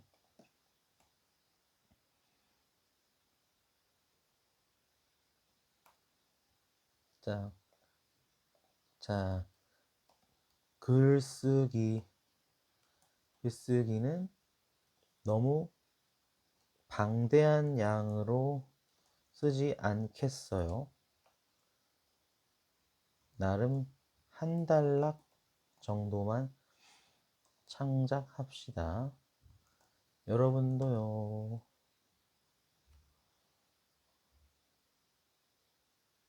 자, 의견을 제시할게요. 의견은 제목이죠. 영광스러운 국가방위, 그 아름다운 살인 속에서 무너지는 나의 도덕성을 지키는 방법 두 가지. 전쟁이 일어나거든 나의 내면에서는 동전의 양면, 그 어느 때라도 만약 전쟁이 일어나거든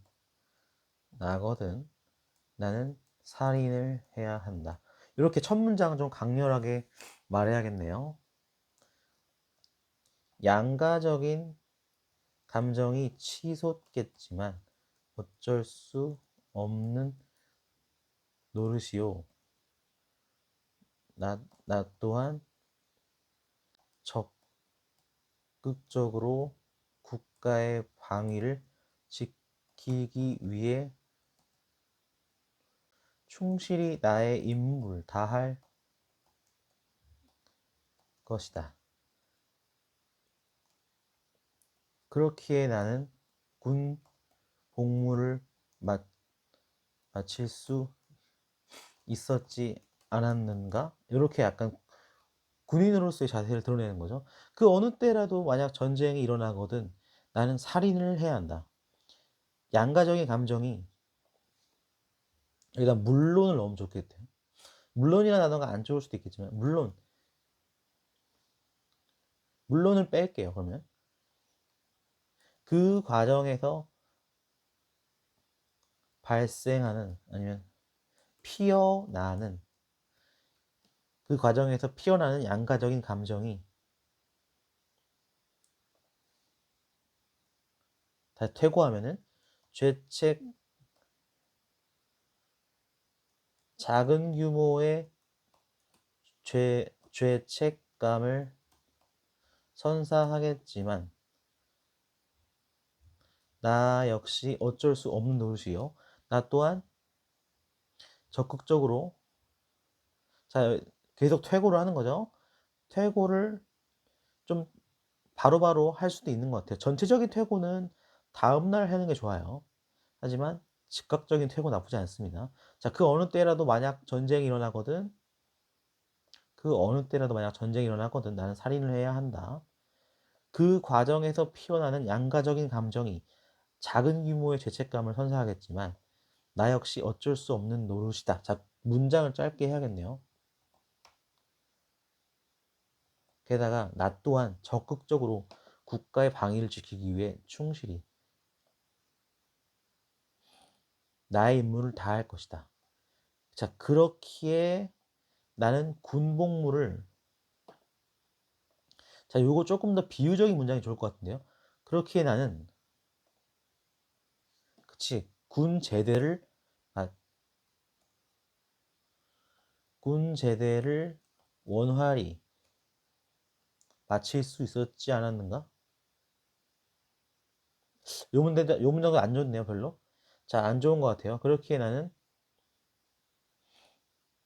어, 그렇기에 나는 제대로 군 복무를 마친 한국의 권하라고 여겨질 수 있을 것이다. 권하라는 말도 좀 오그라들긴 하네요. 일단은 오그라듦 적어놔요. 오그라듦. 그렇게 나는 제대로 군복무를 마친 한국의 한 국민을 이 오그라드니까 한 국민이라 할게요. 한 국민이라고 여겨질 수 있을 것이다. 자, 이렇게 하면 나쁘지 않네요. 아, 자, 이렇게 즉각적 퇴고, 즉각적 퇴고다. 나쁘지 않죠? 그래서 자, 영광스러운 국가방위, 그 아름다운 살인 속에서 무너지는 나의 도덕성을 지키는 방법. 자, 이렇게 해놓고 여기다가 좀 음, 반대 의견을 넣을 거예요. 반대 의견. 하지만 어디까지나 이는 심리적 정당화에 지나지 않는다. 왜냐? 나는 사람을 죽였을 테니 말이다. 이렇게 이렇게 한번 역접을 하는 거죠. 역접을. 그죠? 그러면서 이어서 하지만 어디까지나 이는 심리적 정당화에 지나지 않는다. 왜 나는 사람을 죽였을 테니 말이다. 그 모든 미분되어 버린 작은 살인의 추억 그리고 그 사륙의 과정은 나의 뇌리에 스며들어 모종의 트라우마로 작동해 나갈 것이다. 미래의 그 어느 때에도 말이다. 자, 이렇게 쓰면 굉장히 문학적이고 철학적인 글이 되네요. 하지만 어디까지나 저런 식의 양가적 모순에 대해서 심리적 정당화를 하고 있는데, 나 그것은 사람을 죽였기 때문이야. 난 양가적인 죄책감이 생길 거야. 그 모든 미분되어 버린 작은 살인의 추억, 그리고 자, 이거 그 모든 미분되어 버린 작은 살인의 추억, 그리고 그 사륙의 과정은 나의 뇌리에 스며들어 모종의 트라우마로 작동해 나갈 것이다. 미래의 그 어느 때에도 말이다. 그렇다면 그 트라우마를 극복하는 묘책은 없는 것일까?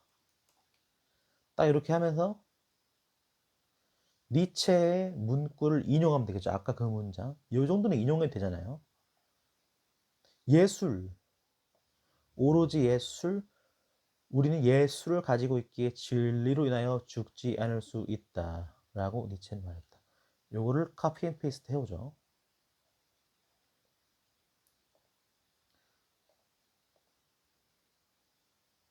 그래서 여기다가 니체는 말했다 라고 약간 도치법을 먼저 써준 거죠. 그렇다 라고 인정해주면서 예술은 우리의 트라우마를 우리의 뇌리의 인풋의 형태로 들어와 버린 그 어둠의 기억을 정화하는 그 카타르시스의 미학이 아닐 수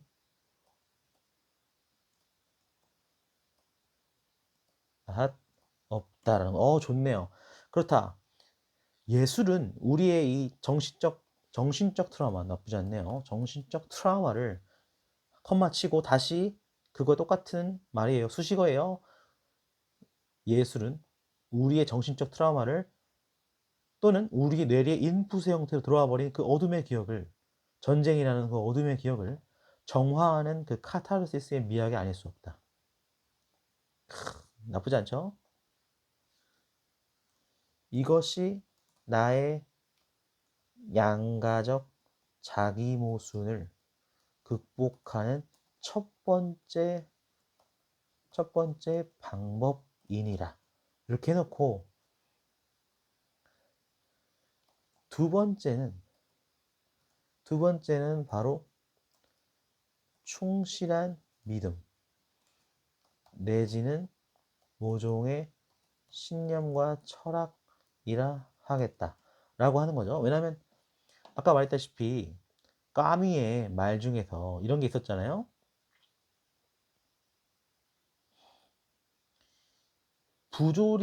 첫 문장이죠. 부조리한 인색한 공기 속에서 유지되는 이 모든 삶의 그 생명력을 불어넣는 어떤 심오하고 변함없는 사상 없이는 지탱될 수 없을 것이다 라고 했죠.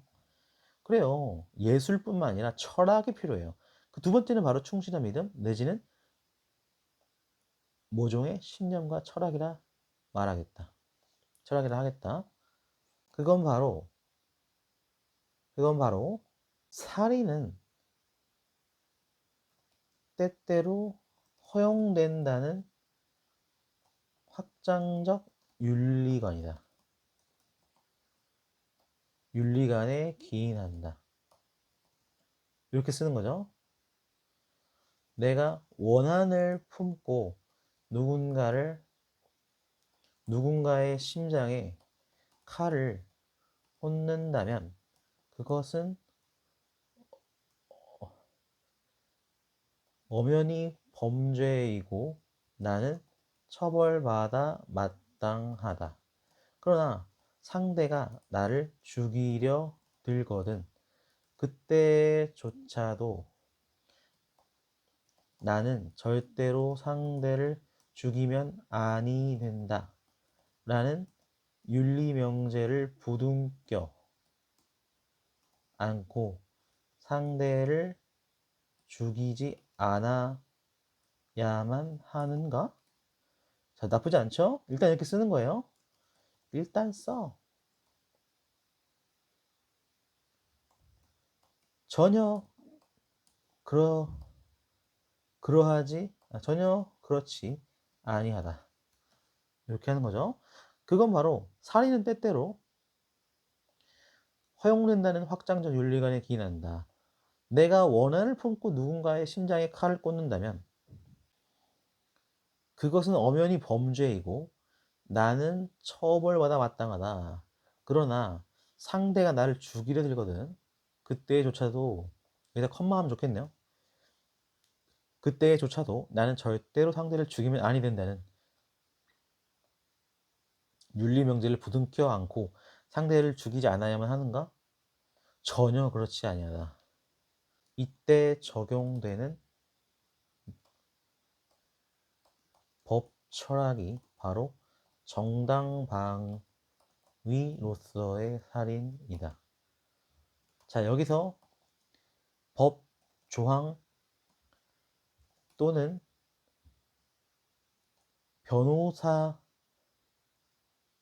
변호사의 조언을 섞으면 금상첨화겠죠. 아무튼 이렇게 해서 근거를 대는 거예요. 자, 아까 주장이 뭐였어요?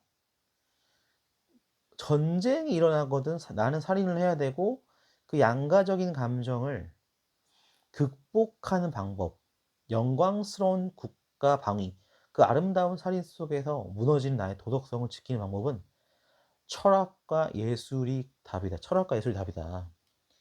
예술은 정신적 트라우마를 정화하는 카타르시스의 미학이었고, 철학은 또 확장적 윤리관에 대해서 정당방위라는 논리를 지켜낸 거죠. 얻어낸 거죠. 정당방위로서의 살인이다. 자, 그래서 마무리할게요. 그렇기에 이런 형태의 살인, 국가 방위와 정당 방위,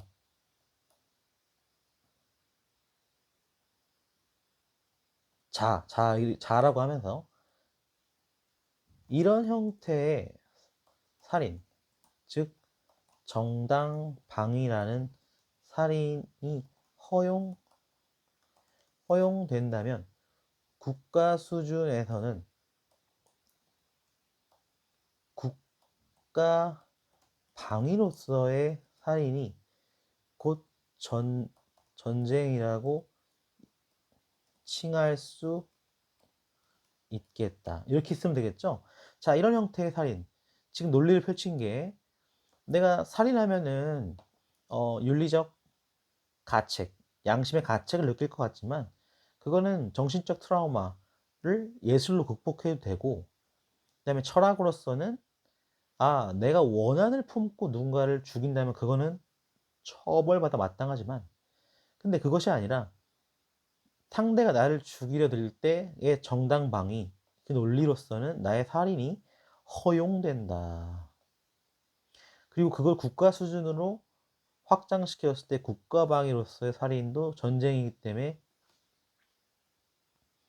그렇기에 전쟁에서의 살인도 허용되는 것이다 라고 말하고, 이제 오레오 법칙 마지막 수미상관은 주장을 한 번 더 강조하기. 그죠? 지금 예시도 써주면 좋아요. 예술로 정신적 트라우마를 극복한 케이스 붙여주고 찾아보면 다 있죠. 그 다음 정당방위 내지는 국가방위 사례, 예컨대 세계 2차 대전에서 맨해튼 프로젝트를 이끌고 종국의 일본의 핵심 도시인 히로시마와 나가사키에 원자 폭탄을 일단 막 생각난 대로 쓰니까 막히긴 하네요. 어쨌든 2차 세계대전에서 맨해튼 프로젝트를 이끌고 종국의 일본의 핵심 도시인 히로시마 나가사키 원자 폭탄을 투하했던 그 살인도 그저 전쟁이라는 국가 방위로서 허용되는 가치인이다. 이렇게 되는 거죠. 이렇게 예시 드는 거죠. 자, 요게 예시예요, 예시. 이게 바로 example. 그죠? 네, 마지막에 수미상관.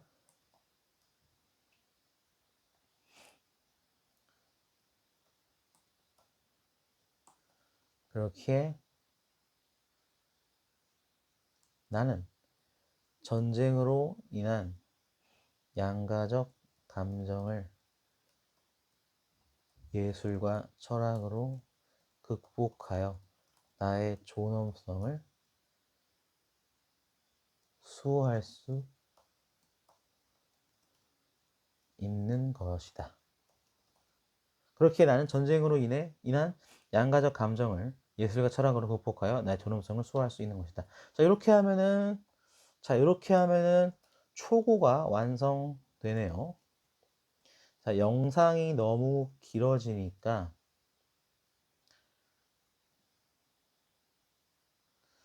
제가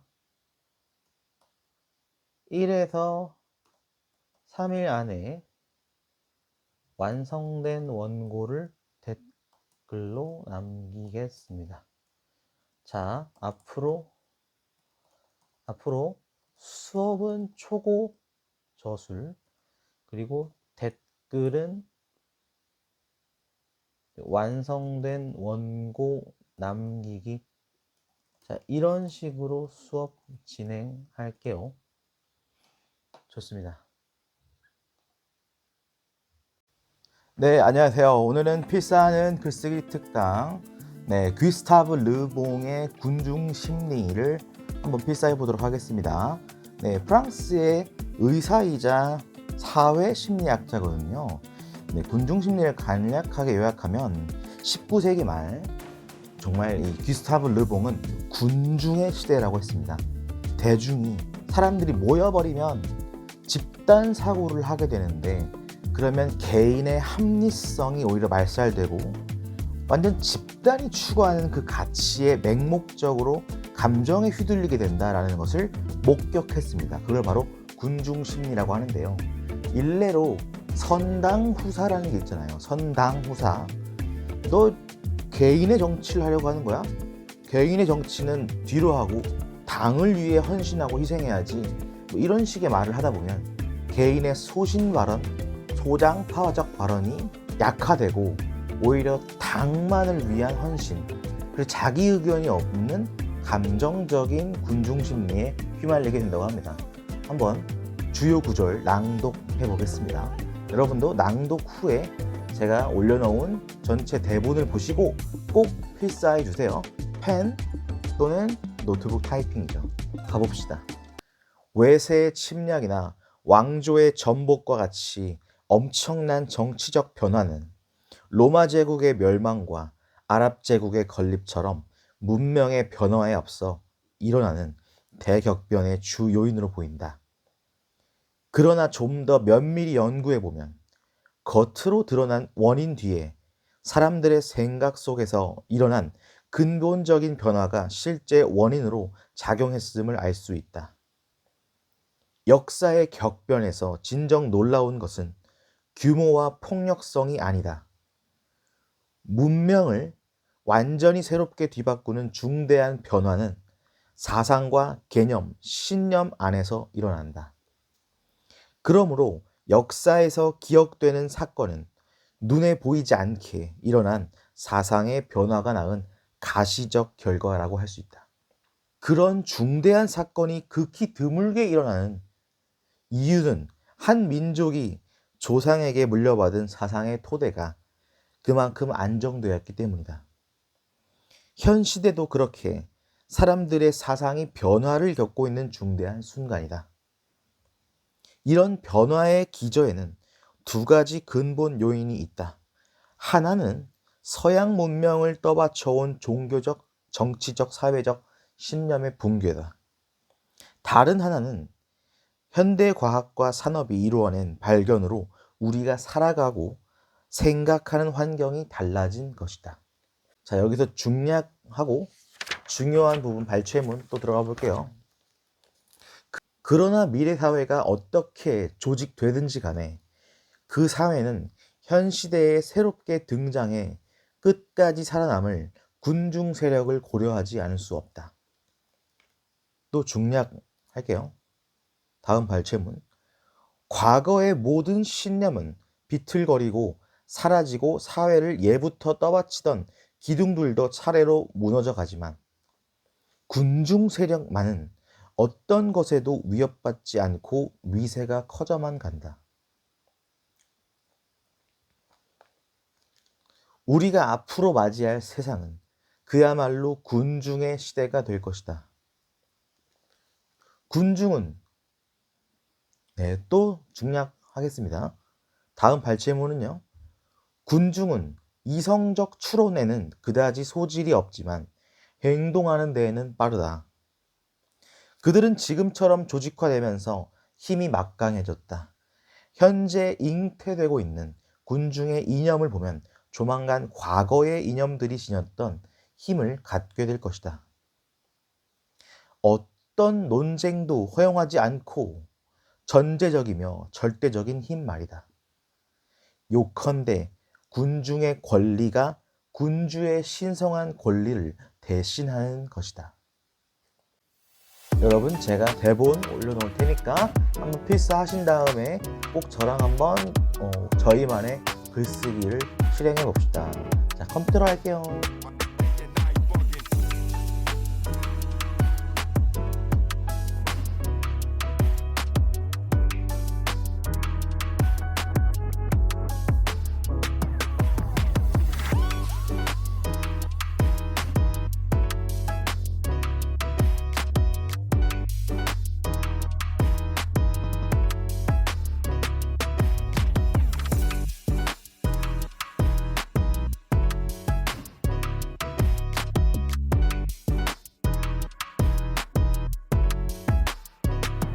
네, 군중심리 귀스타브 르봉 책 요약 다시 말씀드릴게요. 19세기 말을 군중의 시대라고 칭한 사회심리학자이자 의사. 네, 개인이 모여 군중이 되어버리면 개개인의 합리성은 상실되고 맹목적인 목적, 오로지 그 감정에 따라 행동하는 인간 집합체가 된다. 그러니까 집단 사고를 하면 집단 지성이 돼서 정말 현명한 판단을 만드는 게 아니라 오히려 군중 심리가 되어서 몰지각한 판단을 하게 된다는 것을 귀스타브 르봉이 발견했습니다. 굉장히 유명한 현대 지성 클래식에 해당하는 책이죠. 자, 발췌문 여러분 필사하셨습니까? 필사하셔야 된다는 거. 필사하셔야 해용. 좋습니다. 다시 한번 글 읽어보죠. 외세의 침략이나 왕조의 전복과 같이 엄청난 정치적 변화는 로마 제국의 멸망과 아랍 제국의 건립처럼 문명의 변화에 앞서 일어나는 대격변의 주 요인으로 보인다. 보인다. 먼저 이렇게 했죠. However, 그러나 좀 더 면밀히 연구해 보면 겉으로 드러난 원인 뒤에 사람들의 생각 속에서 일어난 근본적인 변화가 실제 원인으로 작용했음을 알 수 있다. 역사의 격변에서 진정 놀라운 것은 규모와 폭력성이 아니다. 문명을 완전히 새롭게 뒤바꾸는 중대한 변화는 사상과 개념, 신념 안에서 일어난다. 그러므로 역사에서 기억되는 사건은 눈에 보이지 않게 일어난 사상의 변화가 낳은 가시적 결과라고 할 수 있다. 자, 이쯤 되면은 재료가 떠오르죠? 재료. 첫 번째, 뭐예요?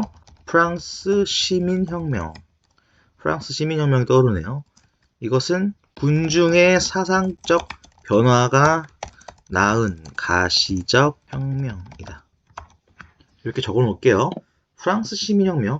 아무래도 프랑스 사람이다 보니까 프랑스 시민혁명이 가장 대표적인 사례겠죠. 그런 중대한 사건이 극히 드물게 일어나는 이유는 한 민족이 조상에게 물려받은 사상의 토대가 그만큼 안정되었기 때문이다.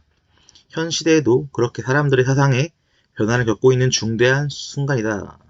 자, 재료 2. 사상의 변화가 극히 드물게 발현되는 이유. 한국은 갑오개혁조차도 일본에 의해서 진행되었지 스스로 개혁한 적이 없다. 물론 동학 농민 운동이 있었지만 말이다. 자, 나쁘지 않네요.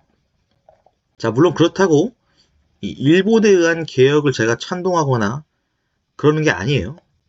그만큼 이 논지가 뭐예요? 사상의 변화가 극히 드물게 발현된 이유는 조상으로부터 물려받은 관념이 너무 오래 안정되면 바뀌기 힘들다는 것에 관한 사례. 이렇게 말하는 거죠. 좋습니다. 다시 들어가죠. 이런 변화의 기저에는 두 가지 근본 요인이 있다. 하나는 서양 문명을 떠받쳐온 종교적, 정치적, 사회적 신념의 붕괴. 다른 하나는 현대 과학과 산업이 이루어낸 발견으로 우리가 살아가고 생각하는 환경이 달라진 것이다. 자, 그렇죠. 아무래도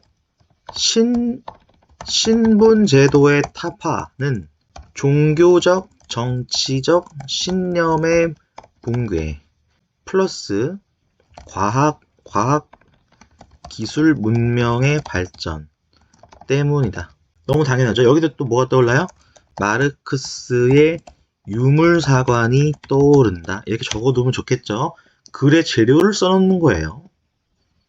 좋습니다. 현대과학과 산업이론의 발전. 자, 중량. 그러나 미래 사회가 어떻게 조직되든지 간에 그 사회는 현 시대에 새롭게 등장해 끝까지 살아남은 군중 세력을 고려하지 않을 수 없다. 민중, 군중. 파워가 너무 강하다. 민중과 군중. 파워가 막강해졌다. 그렇죠? 과거의 모든 신념은 비틀거리고 사라지고 사회를 예부터 떠받치던 기둥들도 차례로 무너져 가지만 군중 세력만은 어떤 것에도 위협받지 않고 위세가 커져만 간다. 우리가 앞으로 맞이할 세상은 그야말로 군중의 시대가 될 것이다. 그렇죠? 군중은 이성적 수론에는 그다지 소질이 없지만 행동하는 데는 빠르다. 그들은 지금처럼 조직화되면서 힘이 막강해졌다. 현재 잉태되고 있는 군중의 이념을 보면 조만간 과거의 이념들이 지녔던 그 힘을 갖게 될 듯하다. 어떤 논쟁도 허용하지 않고 전제적이며 절대적인 힘 말이다. 요컨대 군중의 권리가 군주의 신성한 권리를 대신하는 것이다. 자, 라임 좋네요. 라임이 좋은 대목. 군중의 권리가 군주의 권리를 대체하는 현상을 목도할 수 있다. 이렇게 적으면 되게 좋겠네요. 그 다음에 떠오르는 게 이거예요. 선당후사. 군중 심리가 가장 잘 구현되는 대목은 선당후사이다. 당을 위해 헌신하지 않느냐고 지적하면 소신파와 소장파의 개성은 은은히 말살된다. 그렇죠? 어떻게 보면은 군중심리라는 저서의 주제와 가장 잘 부합하는 네 글자는 바로 선당후사다. 선당후사. 그렇죠? 정치 정당에서 많이 관찰되는 문제점이다. 이 재료들을 바탕으로 무슨 글을 써볼까요? 제목. 자, 제목은 의외성과 구체성. 그죠? 자, 한번 가봅시다. 자, 신분제도의 타파. 찬란한 시민혁명의 원동력은 어떻게 멍청해졌는가? 두 가지 관점으로 조망하는 군중의 우매함. 자, 이렇게 쓰면 매우 막강하겠네요. 일단 파격적이면서도 이목을 끄는 제목. 그렇네요. 가봅시다.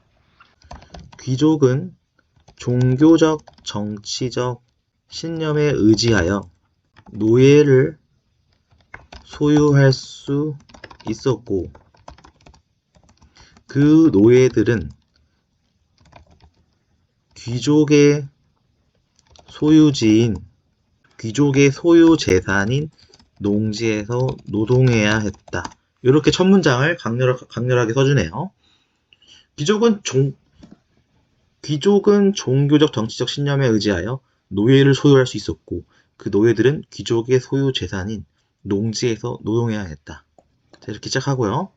물론 퇴고할 겁니다.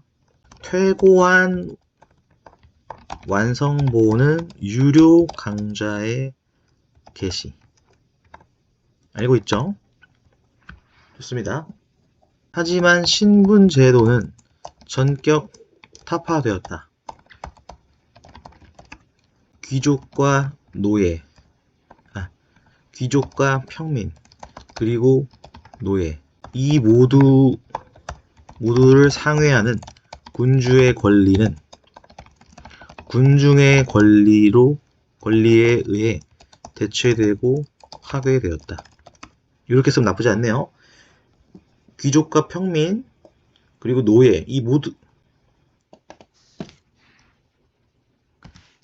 게다가 이 모두를 상회하는 군주의 권리는 군중의 권리에 의해 대체되고 파괴되었다. 자, 이렇게 구두점 찍고 게다가로 쓰면서 하면 나쁘지 않죠.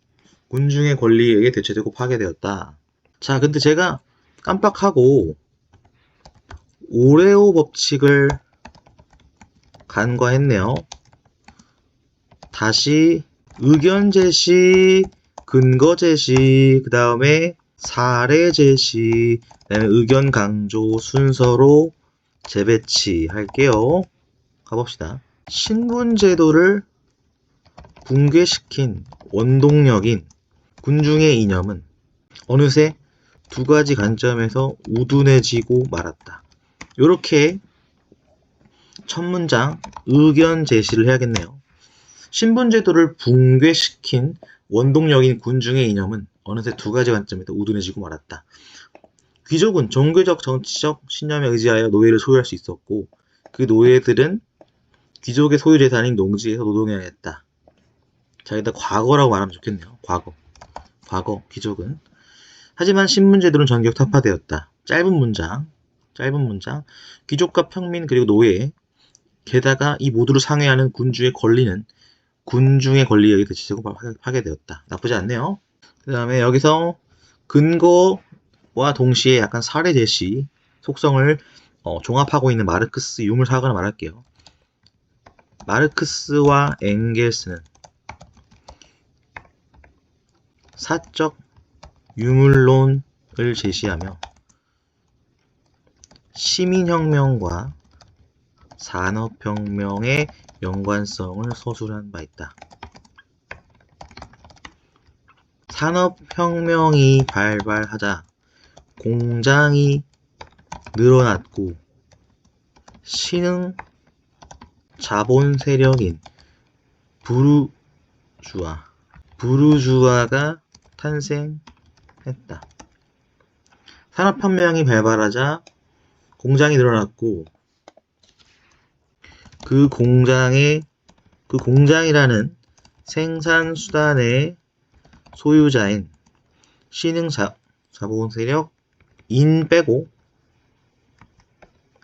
자본 세력 부르주아가 탄생했다. 부르주아는 기존의 신분 제도에 의거할 때 귀족보다는 하등한 신분이었다. 하등한이라는 거 논란이 될 법하지만 좀 공격적으로 씁시다. 부르주아는 평민이었기에 기존의 신분제도에 의거할 때 귀족보다는 하등한 신분이었다. 그럼에도 귀족에게 예속된 노예들을 뺏어와야 했다. 왜냐? 공장에서 일할 노동력이 필요했기 때문이다. 즉, 시민혁명은 신분제도를 타파하기 위해 평등 이념을 만들었다기보다 다분히 공장에서 일할 노동력을 구축하기 위해 귀족의 소유 재산인 노예를 해방시키는 일종의 평등사관을 만드는 유물론적 원인이 더욱 강하게 동작하고 있었다. 자, 굉장히 비문일 것 같아요. 그러니까 퇴고합시다. 자, 봅시다.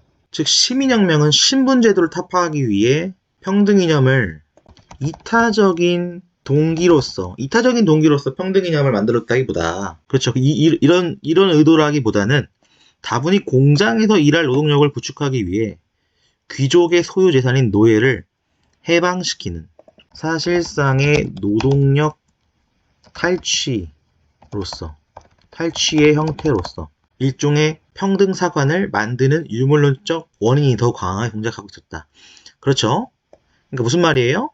이타적인 동기로 평등이념 만든 게 아니라 귀족에게 예속된 노예를 뺏어와서 내 공장에서 일을 시키려고 노동력 탈취의 형태로서 평등사관을 만들었다. 한편 그 과정에서 군중 세력이 강하게 결집하였다. 그들은 사상의 변화를 부둥켜 안고 군주의 권리와 군주의 신성했던 권리와 귀족의 가치를 모두 파괴하였다. 이제 그들이 더욱 강한 존재가 되고 말았다. 나쁘지 않죠? 자, 이렇게 해서 신분제도를 붕괴시켰던 군중의 이념, 그 찬란했던 시민혁명의 원동력. 근데 이제 어떻게 멍청해졌는가로 가야겠죠. 하지만 귀스타브 르봉에 져서 군중 심리에 의하면 이 근거 제시인 거죠. 군중은 아까 위에 이성적 추론, 군중은 이성적 추론보다는 맹목적 감정에 따라 행동하는 비합리적 인간 집합체로 치부된다. 자, 하지만 귀스타브 르봉에 져서 군중 심리에 의하면 군중 세력은 합리적인 이성적 추론보다는 맹목적 감정에 따라 행동하는 비합리적 인간에서 치부된다. 어느덧 찬란했던 프랑스 시민혁명의 깃발은 우매한 군중 심리로 둔갑하여 가치를 잃고 만 셈이다. 이렇게 해놓고 이제부터 예시 들을게요. 예시를 듭시다. 예컨대 지금까지 명맥을 이어온 수많은 정치 정당을 보라. 딱 이렇게 해놓고 그들은 선당 후사를 외치며 당내 소장파 세력 또는 소수의 의견을 철저히 뭉개고 말살시킨다. 자, 그렇죠? 자, 예컨대 지금까지 명맥을 이어온 수많은 각 나라의 정치 정당을 보라. 그들은 선당 후사를 외치며 당내 소장파 세력 또는 소수의 의견을 철저히 뭉개고 말살시킨다. 그 다음에 바로 말을 좀 붙여주면 좋겠네요. 말.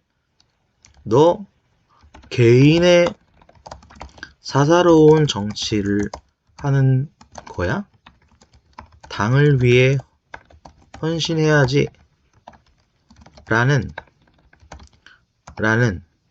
마법의 문구는 한 개인의 소신을 완전히 박살내는 파괴력을 지니고 있다.